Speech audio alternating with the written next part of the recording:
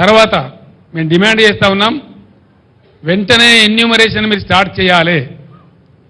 ఎండిన పంట ఎండింది, కారణం ఏదేమైనప్పటికీ ఎండింది, రైతులు నష్టానికి గురైనరు, పెట్టుబడి పెట్టి నష్టపోయినరు, వాళ్ళు దుఃఖంతో ఉన్నారు.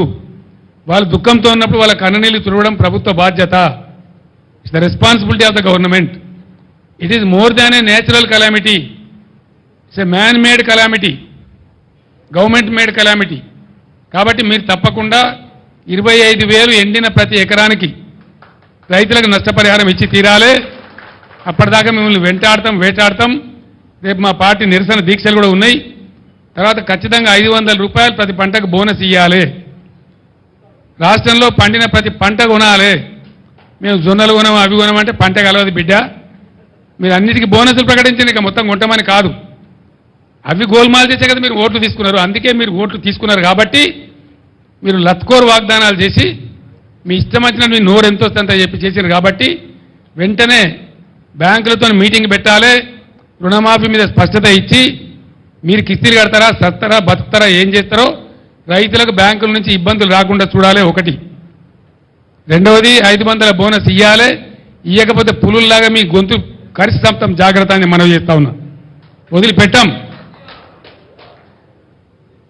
3-4 నెలలు ఎందుకంటే కొత్త గవర్నమెంట్ వస్తే మేము ఓర్వలేక అంటున్నాము, ఓర్పుమాలతనానికి అంటున్నామని అంటారని ఓపిక పట్టినాం ఇన్ని రోజులు. కేసీఆర్ ఎల్లుండికి ఆగడు, సమస్య లేదు. ఒక జిల్లా 2 జిల్లాలు కాదు, ఎక్కడ రైతులకు కష్టం ఉంటే అక్కడ గద్ద లెక్క వాల్తా మీ సంగతి మీ భర్తమేందో తేలే విధంగా 100కు 100% మీద పోరాటం చేస్తాం. ఈ పోరాటం ఒక రోజుతోనో ఒక పూటతోని ఒక తమాషతోనే అయ్యేది కాదు. సమస్యలు పరిష్కారం అయ్యేదాకా ప్రజల పక్షాన ఉండడమే మా బాధ్యత. మేము ప్రధాన ప్రతిపక్షం ఈ రాష్ట్రంలో. 100% మాకు ప్రజలు అదే పాత్ర ఇచ్చిండ్రు. కాబట్టి ఆ పాత్రకు పూర్తి న్యాయం చేస్తాం. మీ మెడలు వంచుతాం, ప్రజలకు న్యాయం చేస్తాం.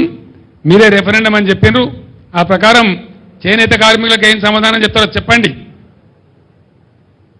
కాంగ్రెస్ పార్టీకి క్షమాపణ చెప్పాలి చేనేత కార్మికులకు అంత నీచంగా మాట్లాడినందుకు.